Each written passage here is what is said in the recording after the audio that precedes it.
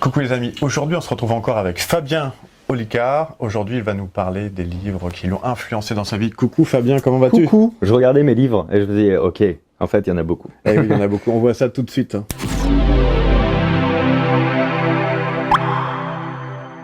Alors Fabien, on est ici devant ta bibliothèque.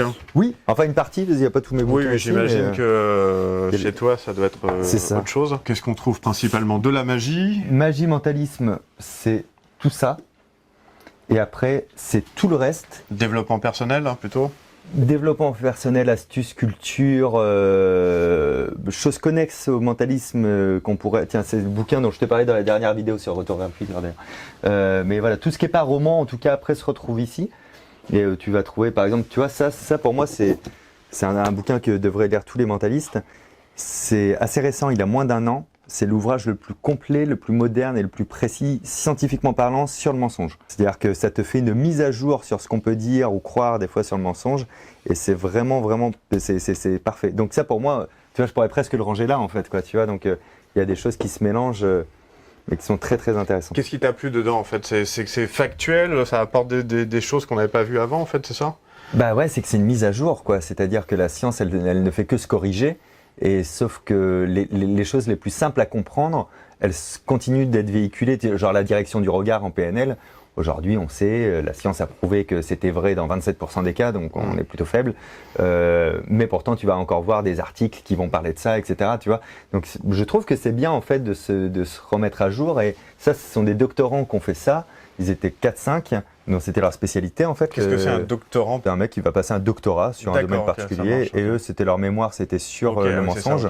Et donc c'est un peu la résultante de leurs travaux, un peu plus vulgarisé quand même. Donc ça, c'est des super bouquins pour nous, tu vois. Et puis alors après, là, il peut y avoir du Shellman, du Mirouf, plutôt orienté mentalisme souvent. Mais toi, en termes de magie mentale ou de mentalisme, quel est le premier ouvrage qui t'a fait, qui t'a donné un déclic, hein? Le vrai premier... Tu t'es dit, ça, c'est ça que je veux faire. Attends, faut que je les regarde pour percuter, mais non, on est plus sur la hauteur. Voilà, celui-ci quand même. Très simple, très accessible, mais en même temps tellement intéressant. Petit mentalisme ou les principes brillants du mentalisme. De Tony Shields. Donc celui-là, il a été très très bon. Après, il y a le livre de Barry Richardson. Ça, c'est seulement... Dans les débuts, et encore aujourd'hui, ça a été un des livres qui m'a le plus inspiré. Mental Miracle. Et celui-là, j'utilise rien de dedans et j'utilise tout de dedans. C'est-à-dire que, en fait, il n'y a pas un tour vraiment que j'utilise, ou quasi pas, mais par contre, il a été très stimulant dans la créativité, de voir des modes de pensée, des modes d'approche. C'est ça qu'on cherche, en fait, hein. Au final, on fait tous les mêmes tours et on fera toujours tous les mêmes tours en mentalisme. On va déduire ou on va prédire, où on va mémoriser. Bon, grosso modo, c'est ça, hein, c'est comme un tour de cartes. Je choisis une carte et je la retrouve. Donc après, comment tu peux te stimuler différemment? Le bouquin d'Harry Loren aussi était très bon. C'est dans mes premiers livres aussi, ça, Harry Loren. Ouais, grand spécialiste de tout des ce qui est des chiffres, ouais. Donc forcément ça te parle. Ouais. D'ailleurs, Victor Vincent, là, dans son dernier spectacle, il a un numéro avec les chiffres. Je vais pas vous le spoil, mais dans Mental Circus, mais putain, qui est brillant. C'est-à-dire que l'expérience du spectateur est géniale. Et l'expérience d'initié aussi géniale où tu dis « Oh, c'est bon, c'est très très bon ». Bah, c'est le moment avec le tableau où tu as une personne qui fait un calcul incroyable et elle ne sait pas comment elle le fait. Oui. Mais le calcul est juste. Il n'y a pas de pré-show, il n'y a pas de choses comme ça, tu vois. Et c'est malin de fou, quoi, tu vois. C'est pas Corinda d'ailleurs qui m'a le plus inspiré. L'inspiration après qui a le plus perduré, c'est celle de Tommy Waters. Pour quelle raison? Mind, Myth and Magic. Parce qu'entre chaque tour, il discute de sa vision du mentalisme et elle est brillante, quoi. Elle est complètement décomplexée, elle est un peu allez vous faire foutre en fait, allez dédier votre vie à votre art, votre personnage à votre art, soyez crédible jusqu'au bout, n'écoutez personne, si vous voulez être médium, soyez médium, mais faites vivre une expérience et arrêtez de vous poser des questions.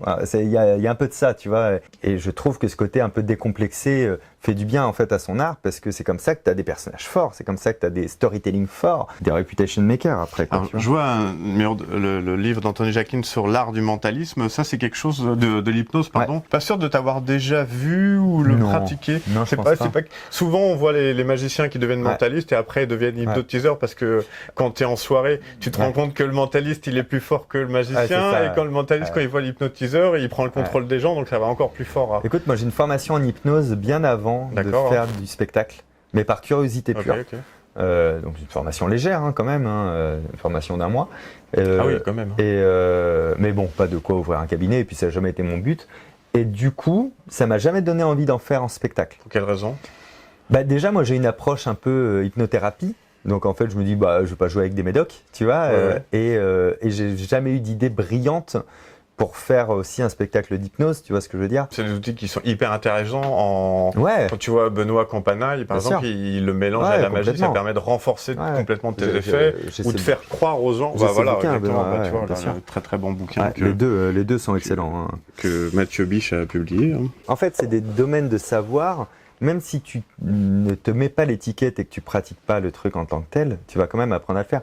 Mais tu sais, c'est comme un artiste anglais ou américain, il va être chanteur, mais en fait, il a étudié la danse, l'art, le chant, la comédie, etc., etc. Nous, c'est pareil, il faut vraiment... Si tu veux être nourri, il faut avoir de la nourriture pour pouvoir régurgiter quelque chose de très personnel et complexe, quoi, tu vois. Donc l'hypnose très intéressant. Ce qui te nourrit énormément, tu en parles régulièrement et ça se sent dans toutes les vidéos que tu as faites puisque c'est une grosse partie de ce que tu nous avais présenté pendant les 365 ou 66 années bissextiles que tu avais fait en 2016 où tu avais fait une vidéo par jour. C'est toute la partie développement personnel, la PNL, j'ai vu dans le bouquin, tu parles de travail-man, donc tu es aussi dans la process communication. Hein. Process com et tout. Tout ce qui permet de se comprendre. Tiens, ça c'est mon livre de chevet depuis toujours. Meilleur livre du monde. Ah oui, Bon là c'est une version, hein, parce que tu as une version. Oui, c'est intéressant, ça permet de... Avec des schémas, c'est assez sympa. C'est pas mal, ça, d'accord. Assez clair et tout. Du coup, Très très intéressant comme livre. Pour le spectacle, pour ta vie courante, pour ta vie pro, pour... En fait, ça te permet de comprendre que déjà, la meilleure des guerres, c'est celle qui n'a pas lieu. Tu vois, et qu'il faut arrêter de vouloir gagner des batailles aussi. Tu vois, un jour, j'ai eu un problème dans ma vie avec quelqu'un, et du coup, bref, je l'appelle au téléphone, etc. Et quand je raccroche, ma copine me dit, mais pourquoi tu lui as laissé dire ça après, elle avait tort et tout. Je m'en s'en fous, ça c'est une bataille. Je sais que ce pourquoi je l'ai appelé, c'était ma guerre, ça je l'ai gagné. Après, elle a envie de gagner une bataille derrière pour se sentir mieux. Je la laisse la gagner, tu vois, c'est pas un combat d'ego. Donc ça t'aide, il est vraiment génial ce bouquin. Et puis après, c'est tout, en fait tout m'intéresse, ça c'est aussi le problème de ma vie. Hein. C'est que tout peut potentiellement m'intéresser, aussi bien un livre sur la répartie que ce livre sur les couleurs qui est juste exceptionnel, l'étonnant pouvoir des couleurs. Qui parle de la couleur en psycho, en apprentissage, en créativité, en déco, en mode, en pub, en désir, en tout. Quoi. Que des fun facts, que des livres sur l'art du pitch, tu vois, enfin, tu trouves de tout en fait. J'ai envie de te dire, mais où trouves-tu le temps pour faire tout ça? T'as vu l'enchaînement C'est beau. Et on arrive à ce je bébé. Je le trouve dans ce livre. C'est dingue. C'est incroyable. Incroyable. Thomas, bravo. Ah oui, donc c'est fou. Alors ça, c'est ton dernier bébé parce que tu as déjà sorti 2 livres qui étaient déjà sur les pouvoirs du cerveau, tout ce qu'on peut faire, s'améliorer, comment on peut avoir une meilleure mémoire, meilleur en maths et tout ça, c'était vachement bien. Et là, c'est ton dernier bébé qui est plus un essai. Sur une réflexion sur le temps, sur le temps, c'est comment toi tu arrives à gérer ton temps, déjà la définition du temps, parce que quand j'en avais parlé à ma mère, je lui ai montré tout à l'heure, elle m'a tout de suite dit mais c'est quoi le temps pour toi? C'était la première question. Cool. Pour toi, c'est quoi le temps? Le temps, c'est l'énergie, parce que le temps réel est associé à l'énergie. Et donc, si tu utilises mal ton temps, tu utilises mal ton énergie. C'est dommage, tu vois. Et comme l'énergie, elle s'écoule inexorablement, comme le temps, l'idée, c'est d'avoir conscience en permanence de ce que tu fais. Et c'est pas un bouquin pour en faire plus. En fait, tu peux en faire plus avec ce livre, mais c'est pas forcément le but ultime. C'est est-ce qu'en permanence, tu as conscience de ce que tu fais? Est-ce que tu es aligné avec ça, quoi, tu vois? Si tu as envie de te prendre une pause, la prends pas avec culpabilité, en fait. Prends-la fort, prends-la pleinement, prends-la durant 1 heure au lieu de 10 minutes et vis cette pause intensément et plutôt que de ralentir dans ton travail en allant actualiser 10 fois ton fil Facebook plutôt que de travailler parce que tu te dis non, je vais quand même pas m'arrêter, quoi. Et c'est le premier livre que j'avais envie d'écrire et je me sentais pas légitime en fait à le faire. Et comme là, je me dis bon, en 2 ans et demi, j'ai fait quoi? J'ai fait 3 bouquins, un jeu de société, une méthode de mémoire, une chasse au trésor, 500 représentations, une autoprod à l'Olympia, 700 vidéos, tu vois.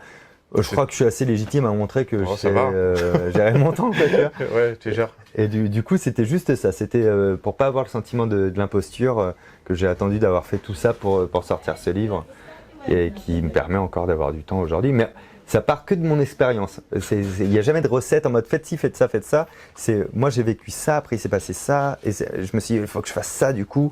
Et voilà la règle qui en a découlé pour moi. Eh bien, sur ces bons mots, on finit sur ce livre. Le temps est infini, comme cette vidéo qui est finie. C'est fini, ben oui. Cette vidéo est finie, mais bon, il vous reste du temps pour aller voir Fabien sur sa chaîne en spectacle. C'est quoi tes dates là bientôt? Oh ben j'ai 60 dates de tournée. France, et puis surtout, Belgique, si vous êtes à Paris ou à Boulogne, ça c'est le 31 décembre. Le 31 on peut faire le réveillon ensemble. Et sinon l'année prochaine, Zénith de Paris.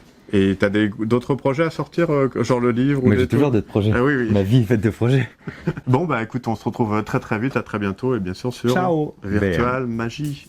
Salut les amis.